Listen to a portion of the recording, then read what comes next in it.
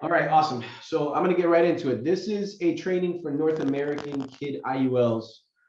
I'm going to do it as though I was a brand new agent, right? And I'm trying to make sure I understand the system and use the systems, right? Because as you know, carriers won't give you writing numbers until you have that first piece of business to turn in when you're coming from the independent world. And the only companies that will give writing numbers, and it's typically from the VP level and above, are companies like Americo and Aetna and Foresters. Those are all direct to carrier companies from the beginning, right? North American is one of our companies that allow you to submit applications without even having a writing number, unless you're in the state of Pennsylvania. So if you're watching this video and you're in Pennsylvania, there's nobody here from Pennsylvania, is there? PA, nobody PA?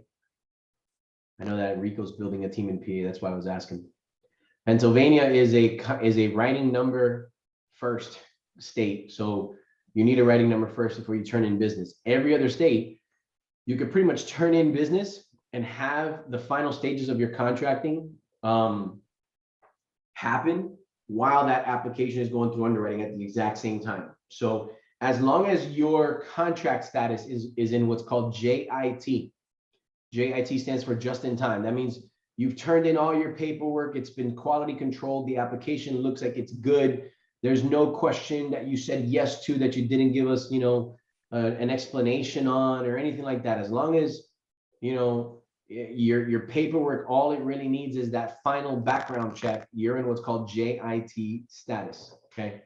So let me share my screen here and show you how we would do it, because North American happens to be the only company we have where you can actually do IUL illustrations through the iGo platform. All the other companies, you need to be logged in with a writing number in their website to be able to do their illustrations, because they use their own systems. So I'll share my screen here. There we go. Okay. North American, in my opinion, is a great company for term insurances, IUL insurances, GUL. They're a high net worth company. Things you need to know about North American is you need to make at least, actually, no, that's Allianz. I apologize. I take it back. Things you need to know about North American: you can do up to $1 million of coverage without having to get a medical done and get a premier rating. It doesn't guarantee that they won't request a medical, but it does, someone that's super healthy, there's a high likelihood they won't have to get a medical done and they can still get premier rating, not standard, without a medical, up to $1 million. Their term insurances, their GULs and their IULs all include living benefits. Their kid IULs have a rider called Guaranteed Insurability Rider, which lets the person purchase more insurance in the future without them having to get a medical done or anything in that capacity. Without them having to get another medical done, they can get more coverage. I like that rider for kid IULs. Whenever I write a kid's IUL, I'm either going to lean towards North American or American National. North American tends to have higher cash accumulation, but American National tends to have better living benefits as far as the dollar amounts that the client has access to. Okay. The companies both offer full living benefits. So it's chronic, critical, and terminal. So in that regard, you're good. You can do the application and the deliveries electronically with North American, just so you know. But just so you know, they will not pay out commissions on North American until they've received the signed delivery receipts as well as the signed illustrations. Just know that. Some companies, if the client is approved as applied for, so it's approved the way you originally submitted the app, they'll commission you and they'll give you 30, 60 days, sometimes even 90 days to get the delivery receipts in their hands before it becomes a problem.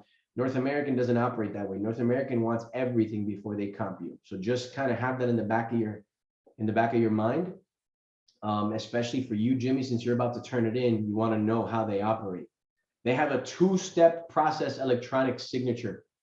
Okay. The first process when you submit the app, it's the generic information. It's all the demographic, address, date of birth, where they work, income, that kind of stuff. The client's going to, receive an email.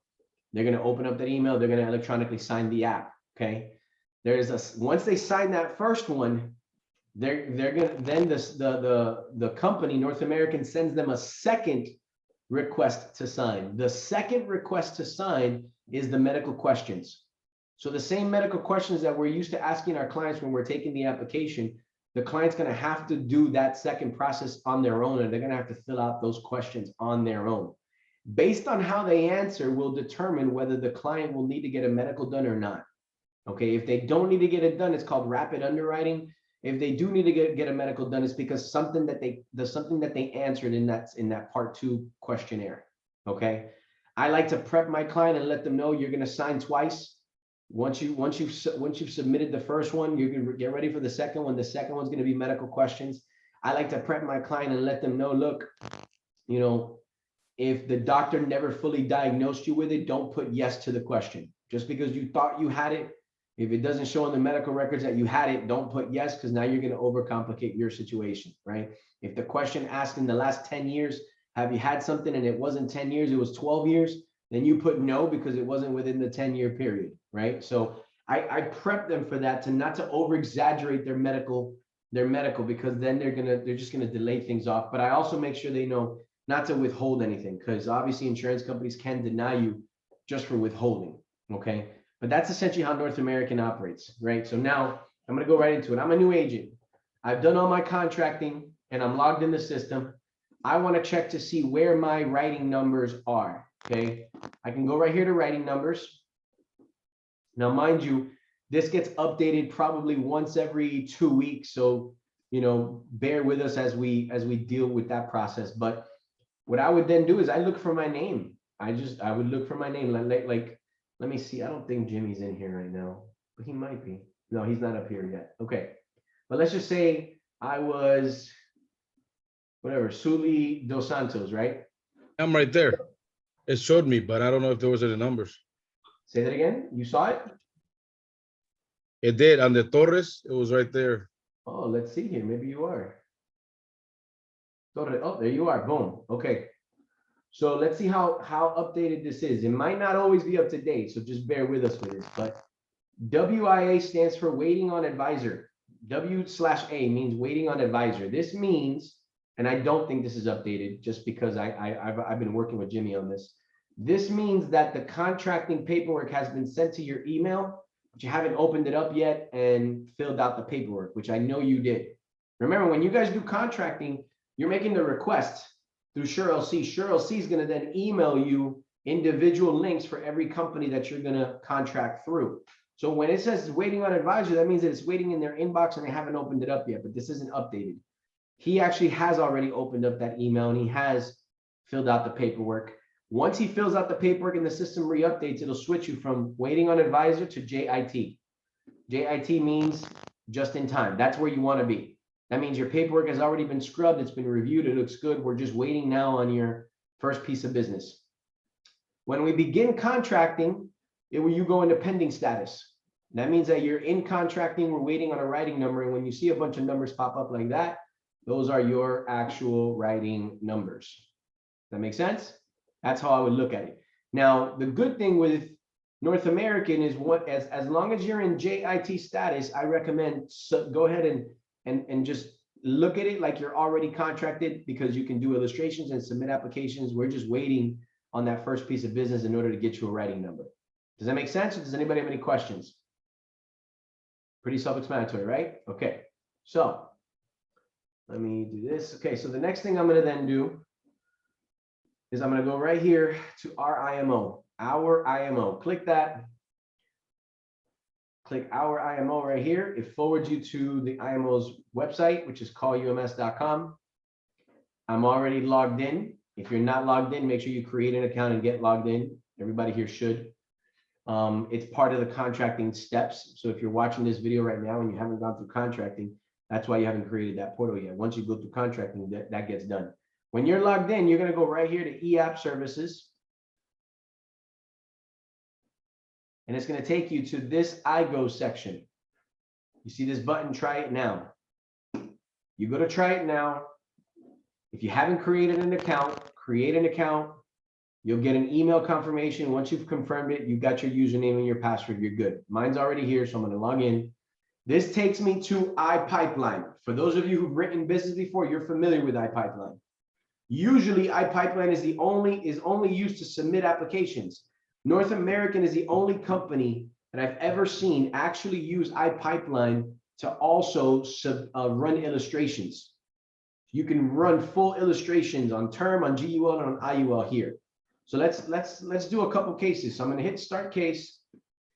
Let me take a look here at what Jimmy had emailed me, and we'll start running some numbers here. So let's see here. So it looks like we're running a dad and 2 kids. Am I correct with that? All right. Let's start working them one at a time. So one of them is Emma Garcia.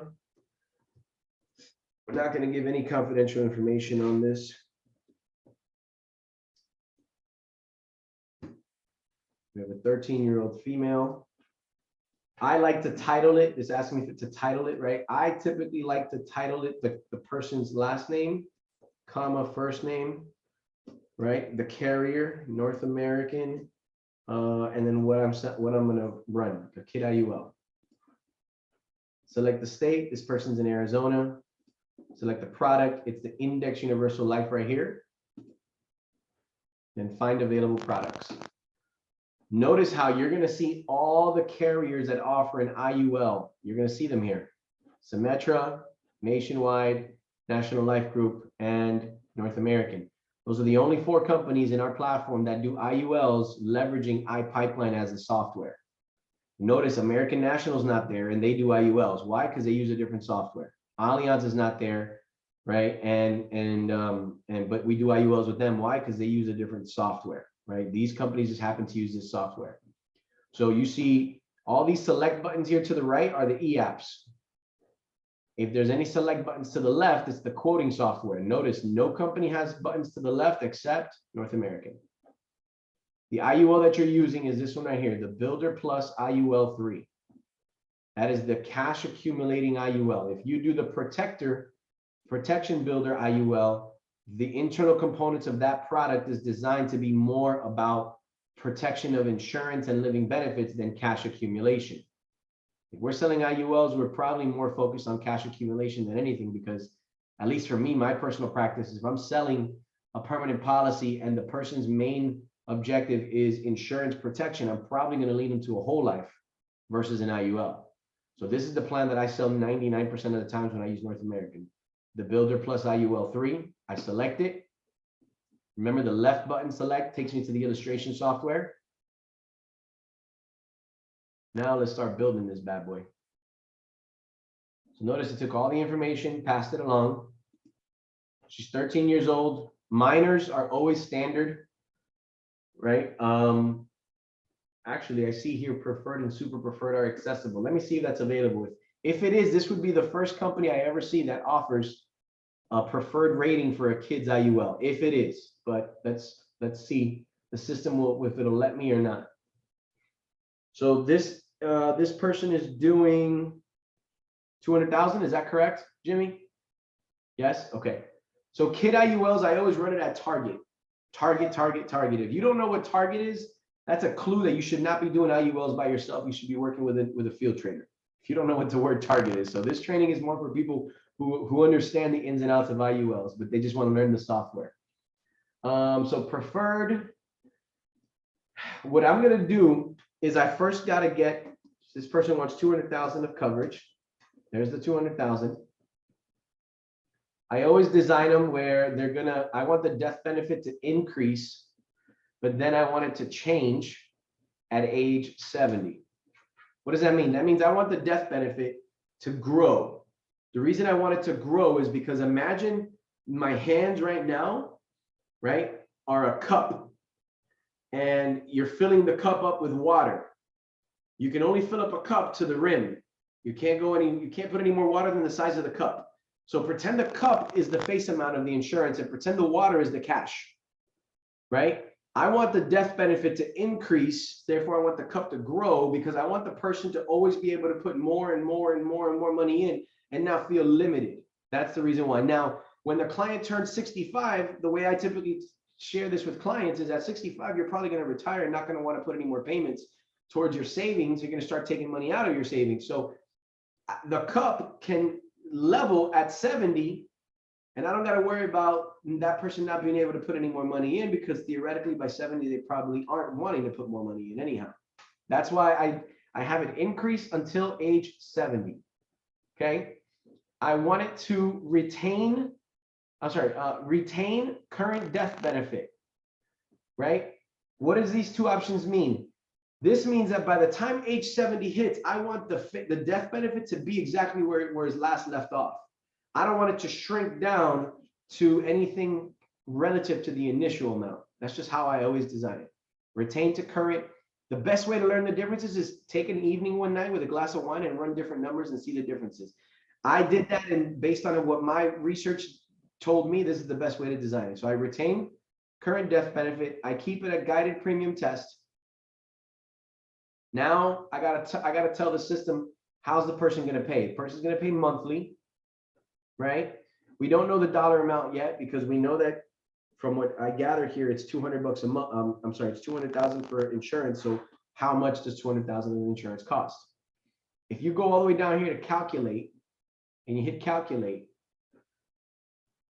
builder 3 not available under age 18 for this class. That means, let me change this. I think that's what this means, class. Let's change it back to standard. That's what it was. See, kid IULs need to be at standard.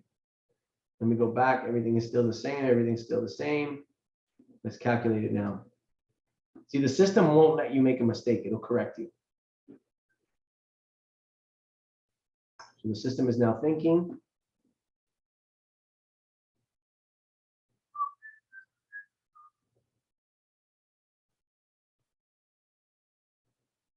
Give it a little bit of time. Make sure I'm not missing anything. Date of birth, standard non-tobacco, 200,000, increase, change at 70. Specific amount, okay. Actually, let me switch that to target. Target amount. Pay until age 65. Calculate, let's see if it'll calculate now. But I'm looking for these numbers here to start popping up. Once these numbers start popping up, that means that the computer system is designing the illustration and you're starting to get the numbers.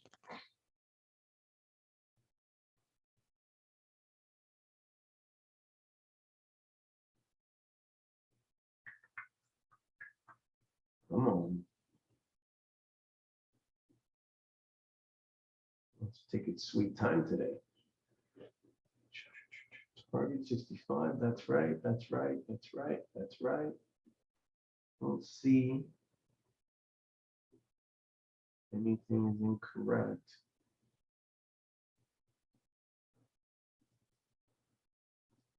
Let me see a view agent only illustration, see if it pops up.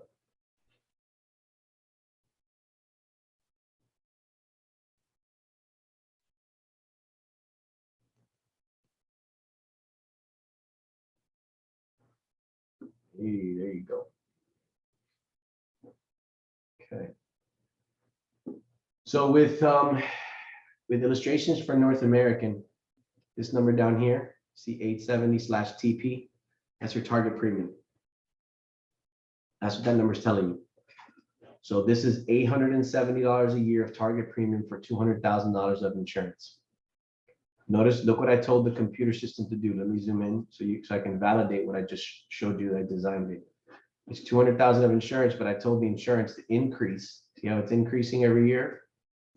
I told it to increase every single year until age 70, right here where the pound signs are. That shows you where the face amount no longer increases. You see that? It leveled off.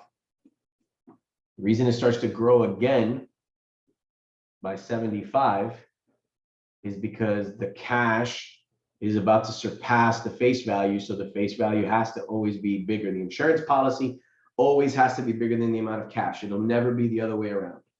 So in order to protect this policy from becoming what's called a MEC, a modified endowment contract, even though I told the computer system, level off this death benefit at 70, it'll start to eventually grow again once the cash, which is this number, reaches the death benefit, in order to continue to, and basically in layman's terms, in order for the cup to always be able to hold that amount of water, in order for the insurance to be able to hold this amount of cash.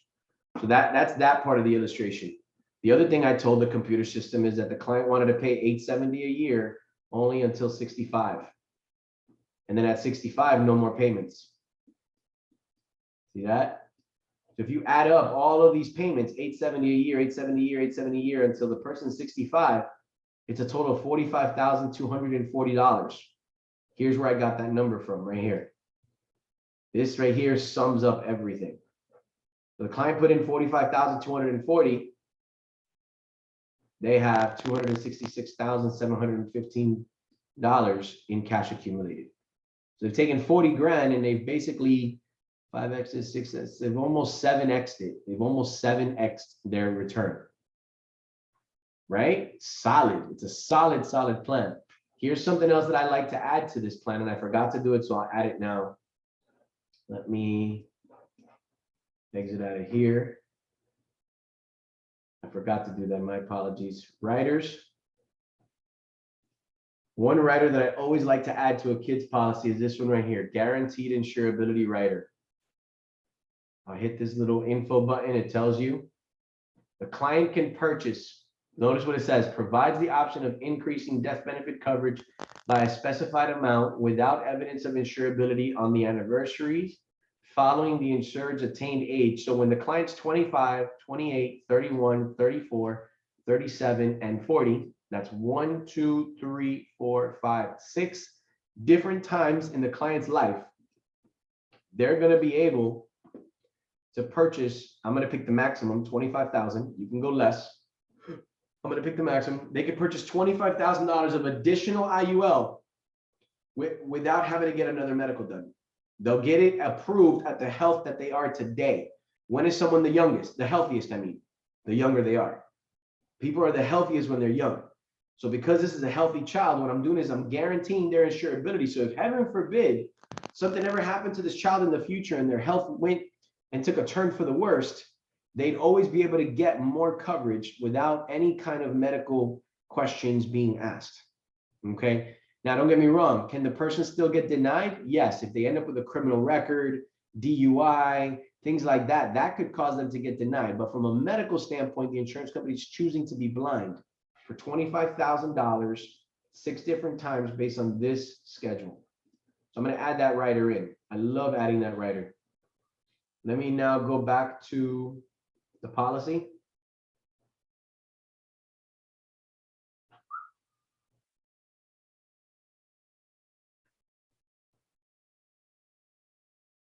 Let's see if I can recalculate. There we go. Recalculate. Notice it's giving me numbers now. Sometimes the system kind of has those little glitches, but let's go into view agent only illustration again.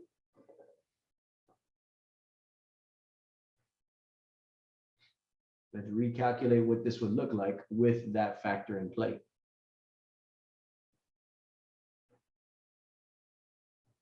The target went up to $888. So it went from $870 to $888. So it's an extra $18 a year for that benefit. It's well worth it, in my opinion. Right?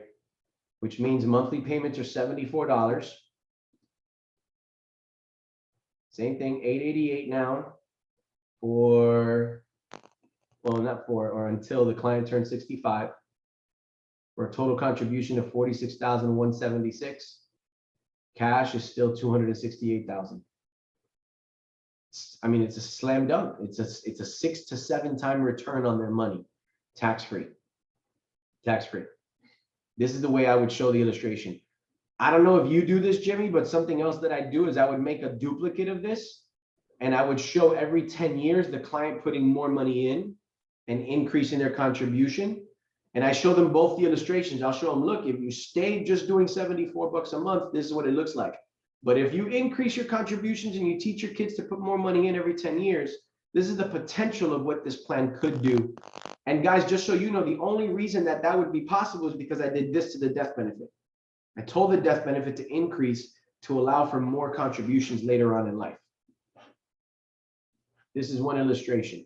Let me do this because I'm sending this over to Jimmy. So this side, this button down here is the agent only illustration. The client illustration that you can give to them is this button up here, view illustration. That one puts in all the disclosures, all the extra pages, the nice pretty front cover, all that stuff.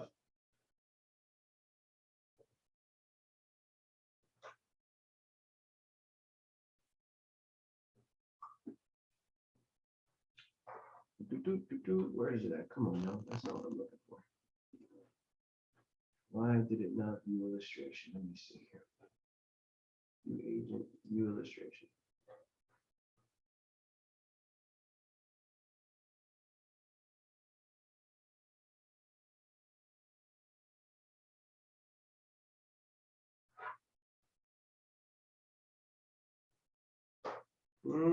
It doesn't want to do it. So it looks like until you get a writing number, it won't actually give you a client-facing illustration, but you could still use this one when you're meeting with your client. I'm going to save this one for you, Jimmy. Does that work for you? Okay. Once you get a writing number, you can, the system will let you pull a full illustration type.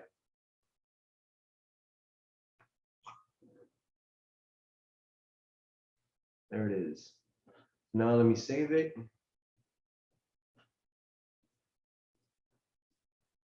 This was Garcia, Emma, NA for North American, 200K face value, IUL. Level payments. Desktop. It's my little folder that I create whenever I'm sending stuff to people. So what I'll now do with this exact same illustration is, remember this was how much per month? It was $88, $888, I think it was, right? A year. Let me view it again one more time.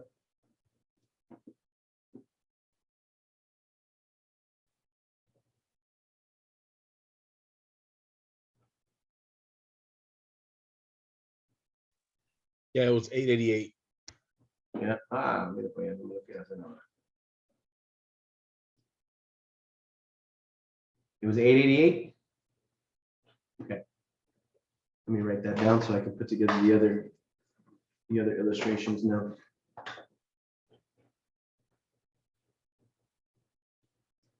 At 70 initial monthly printed. Okay.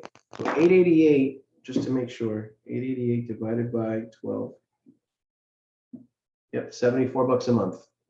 So here's what I'm going to do now. I want to show an increase in contributions. This is the only company, I will tell you, it's a little bit tricky with North American, so follow along here. What I'm going to do now is, instead of doing target, I'm going to hit specified, and I'm going to hit this button here, changes.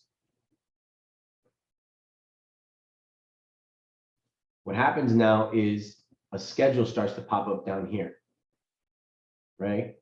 So I'm going to say, I'm going to click on policy year 1 right here.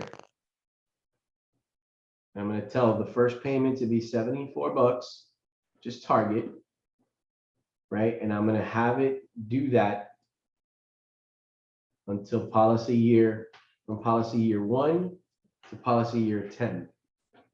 Apply. Notice there's $74 a month for 10 years. And I'm going to click on the 11th year, click right here. See how now it updates to policy year 11. I'm going to go from year 11 to year 20. And instead of 74 a month, let's go to 150 a month. I'm going to double up every 10 years. I'm going to hit apply. So now what's happening is, look, it's 74 a month and then 150 a month for 10 years. And then after 10 years, on the 21st year, it's down to nothing. So I got to click that. See, 21 now, from policy year 21 to policy year 30. Let's go to 25. See, what I'm doing is I'm upping it by 75 every 10 years, And just so you know, The client doesn't have to do this. I'm just showing the client what could happen if they did this. This is the potential of what it could possibly do. So now $225 a month. The client is now, let me see, how old is the client? Age. Okay, the second column is the age. So the client is now 42 years old. Let's go to the 43rd year. From 31 to 40, policy year. From 225, we'll go to 300. Apply. And then the last one here, 53, right? We'll go from age, what was it? Age 53 until age 65. And we'll take that up to 375. So every 10 years, the policy goes up by $75. And I selected that because it's the payment is $74 a month. So I just rounded to, it's easy to do 3/4. So this is the same illustration, just more contributions, right? Let's calculate. Let the system do what it needs to do. And then view agent only illustration. I've already saved one illustration, which is $74 a month all the way through till 65. Now it's the same product, but just more contributions every 10 years.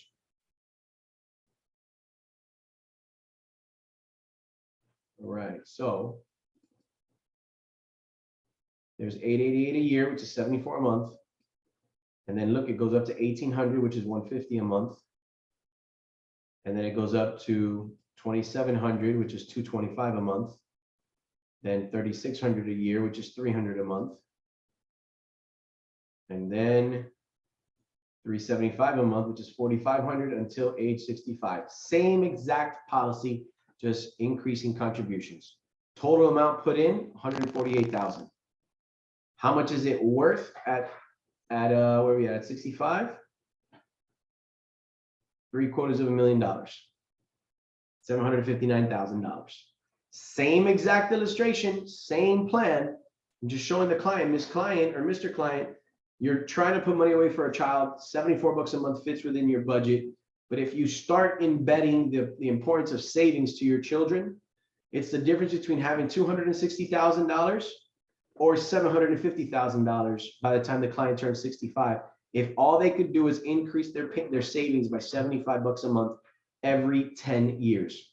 I'm not asking you every year to increase, but every 10 years, increase by 75, increase by 75, increase by 75 every 10 years. That's what you get. And by 65, Mr. Client, you don't have to put in any more payments. And yet the cash is growing from 759. The very next year grows to 816. The very next year, 877. If you do the math to that, you're earning about $60,000 a year in interest, tax-free. Miss Client, do you know what $60,000 a year is divided by 12? That's $5,000 a month that you just created in a pension plan for your child without even tapping into the principal. The insurance started off at $200,000, and by 65, it's now right up under $1 million. So the client could use up all the money, use up all $750,000 tax-free, and still leave behind the other $200,000 tax-free to the family. So imagine you leave your grandkids $200,000, your child uses $750,000 for their retirement, and the only thing it cost was $74 a month out of your pocket, some discipline teaching your child how to put away an additional 74 every 10 years, which means a total contribution of $148,000. Any questions? Everybody get that? That's how I design illustrations. Let me save this one now. Desktop. Send to, this was Garcia, Emma Garcia. There she is. But instead of being level,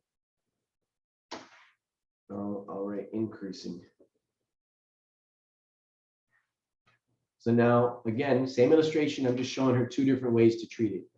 Stay at 74 a month or increase every 10 years. Same exact plan, same target premium. I mean, look, the target premium didn't change. 888, it's the same 200,000. Nothing's different about the plan, which means the client could decide on one and then go to the other way if they wanted to. No problem. Now, this is for everybody here right now, right? If I'm Jimmy, right? I'm Jimmy, I don't have a writing number, I just came on board, I'm about to go meet a client tonight and show this to them. I can bring my computer and show it to you, show it to them the same way I'm showing you right now. If the client says, I love it, I want to take an application, all you got to do is go right here to go to the EAP. You click this go to EAP button, and it's going to take all the information that you just wrote up on that illustration and push it to the EAP section. And now you can start your e-application. Okay. But I don't have a writing number. What am I going to do? You're going to put zeros across the board for writing numbers or the word pending. Some companies accept the zeros, some companies accept the word pending. But you're going to do that. Submit your application. This is very, very important. These are the next things that you need to do afterwards. Okay. You got to go back into our TKO website. You're going to go into the drop down again. You're going to go right here to Support Center. And you're going to let us know by hitting this Carrier Contracting Request button. When you click this, this goes directly to my licensing team. You're going to put your VP's name, your agent name, your phone number, right? Look at the questions. Does the agent have new business to submit that requires contracting? Yes. Has the new business been submitted already in our back office iPipeline? Yes. If submitted, what's the name of the client, right?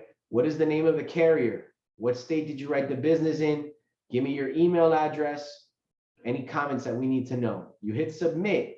My licensing team now knows that you're looking for contracts. What we're going to do is we're going to look for that policy based on the information you put here. And we're going to attach your contracting to that policy so the underwriter knows this agent is going through contracting. Can you push that contracting paperwork over? Does that make sense? Very simple. You only got to do this on companies you're not contracted with just the first time.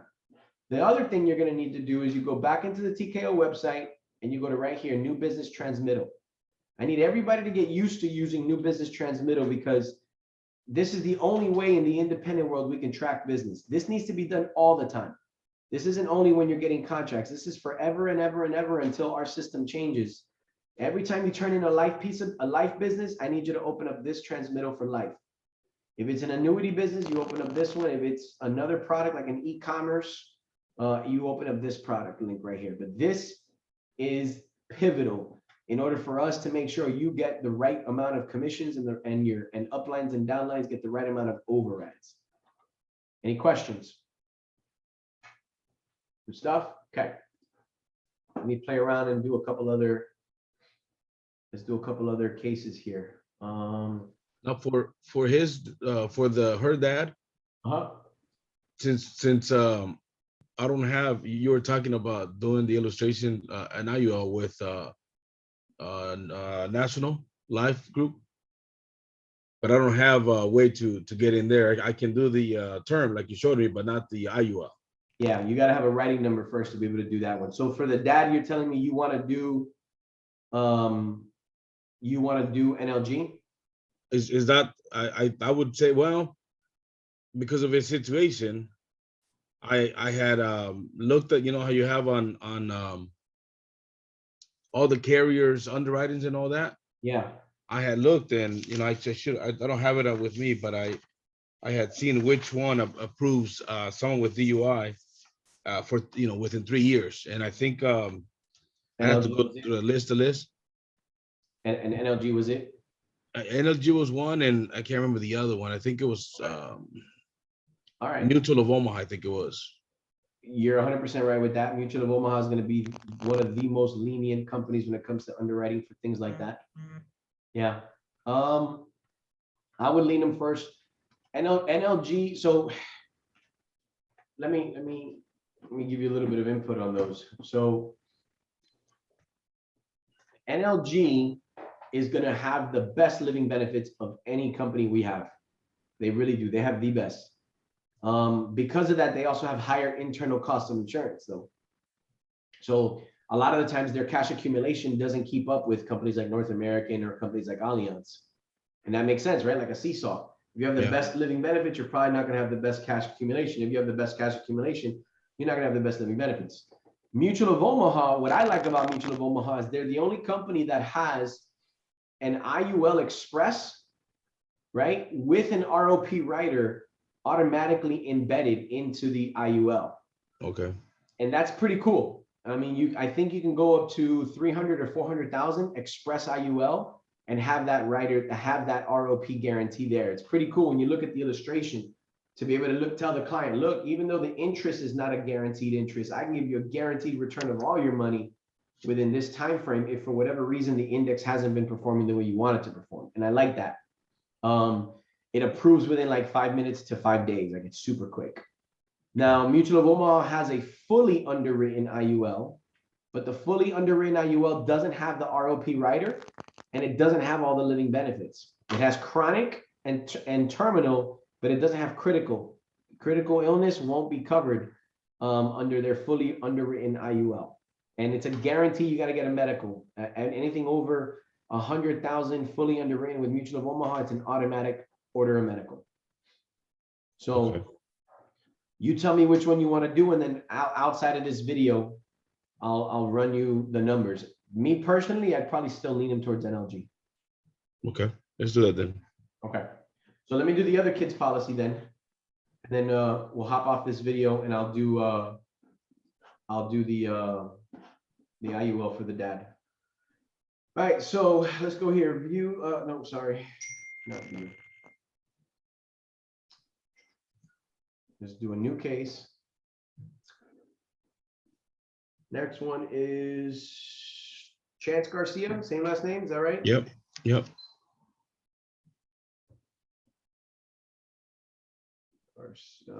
First name.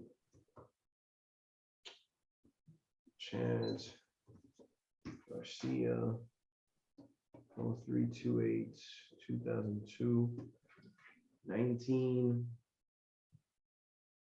Oh, male. Chance. This is going to be North American IUL. State of Arizona. Index Universal Life. Again, North American plus builder plus IUL 3. Something you need to know about kid policies, guys.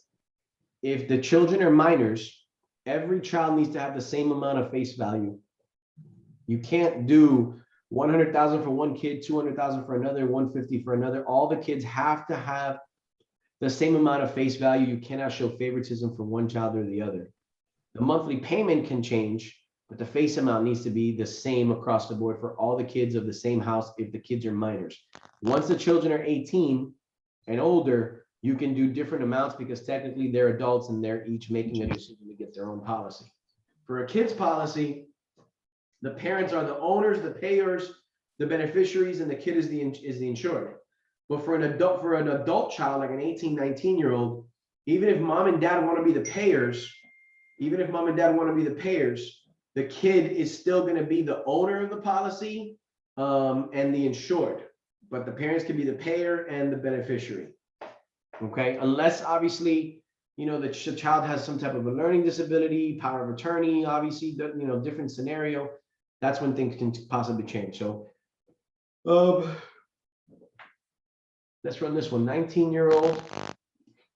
We can run him preferred because he's over 18. Is he healthy? Yeah, okay. Same thing, right? 200,000. Yep, okay.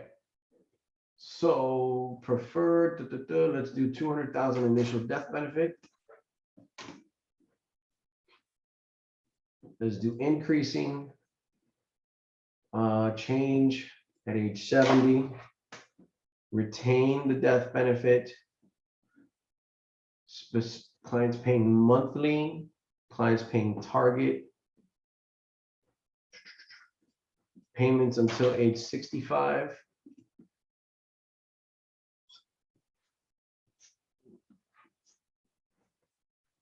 Let's add that rider.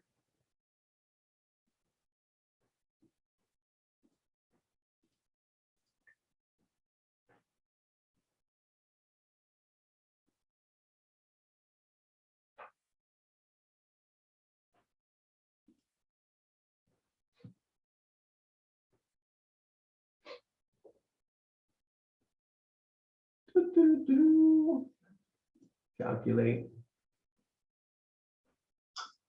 130 is the target. View the illustration. 130, that's monthly, just so you know, that's a monthly number. So this one's probably going to be around 100 and like 1600. If I had to guess, like 1600 in target.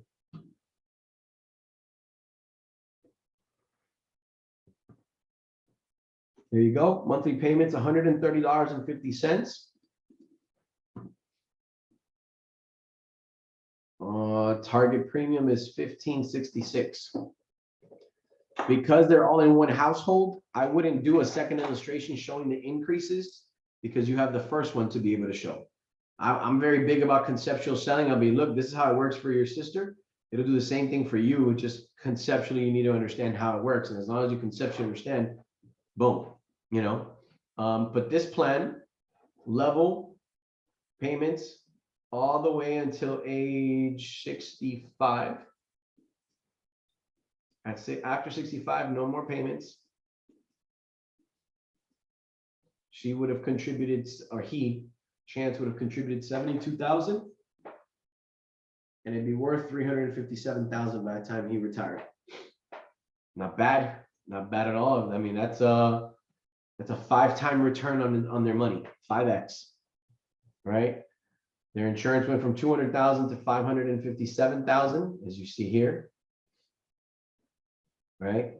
And it's growing from 357 to 383. So it's earning $26,000 a year in tax-free interest. And again, that's level payments. If I do the increases, it'll do the same thing that that his little sister's policy did. It'll get to, you know, 800,000, 900,000 in cash accumulation. Anybody have any questions about that?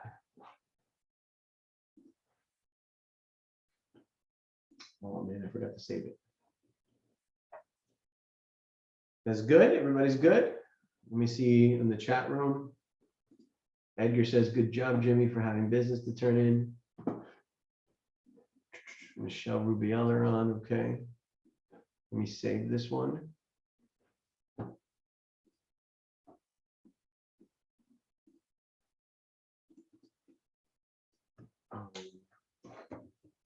Garcia, Chance.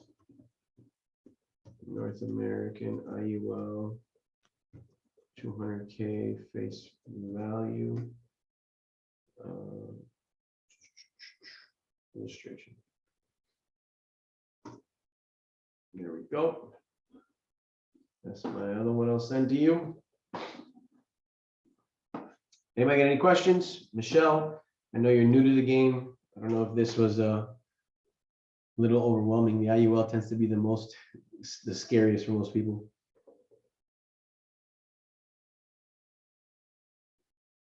Good stuff. Okay. Let me do this.